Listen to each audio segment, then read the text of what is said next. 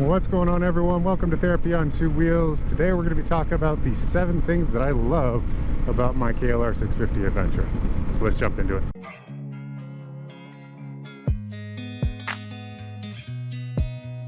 Right, number 1, the bike can pretty much go anywhere that you want to. If you want to take it off-roading on fire roads, you can go on more technical trails if you have the experience, like single track. You can go on highway miles, on long highway rides. You can go on backcountry roads. Pretty much wherever you'd want to go with this bike, it will take you.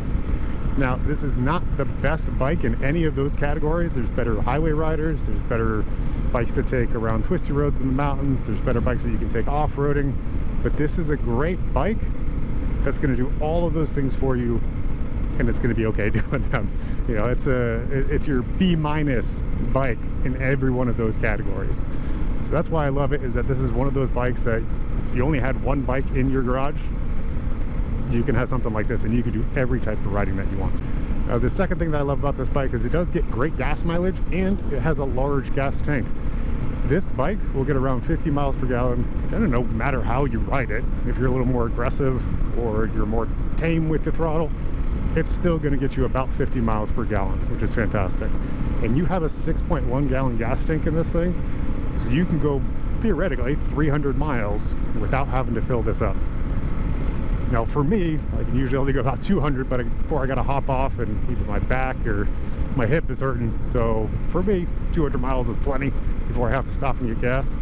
But if you are in a long adventure ride, just know you can go close to, if not over 300 miles on this bike without having to fill up again.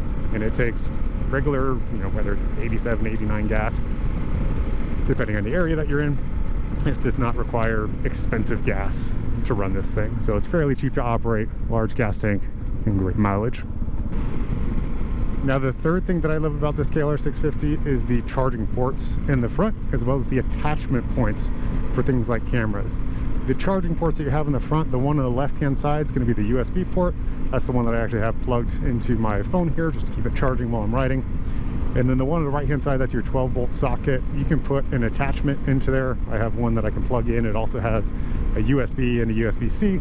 So no matter what type of devices you have, you're going to have a couple ports that you can use for your phone, for your camera, for your heated jacket, the heated grips, whatever it is that you have on your bike. There's plenty of ports to be able to charge those devices. And with the attachment points, especially for me with this camera, it attaches great up here. You know, it's a little small, so I do have to have kind of a additional attachment point to keep it stable. But on the right hand side, you have the light bars up there for the auxiliary lights. You have the crash bars down below here. You have the attachment points in the back where the side bags are. So a lot of different points where you can attach, you know, cameras or whatever else onto this bike. Makes it very easy. The fourth thing that I love about this bike is the comfortable riding position. I mean, it doesn't get much more straight up riding position than this type of bike. For me, I'd like to have the handlebars a little bit higher, probably get like some 2-inch risers. I'm a little bit taller than the average male, but for the average rider, this riding position is great. You know, I have plenty of room with my legs. I don't feel cramped up at all.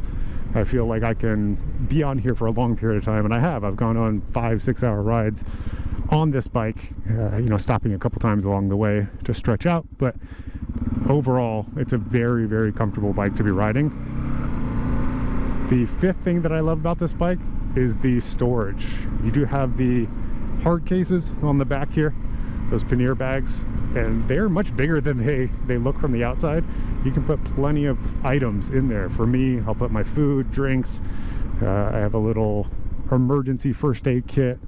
I have tools, quite a few tools to be able to change my tire. It will take different things off the bike.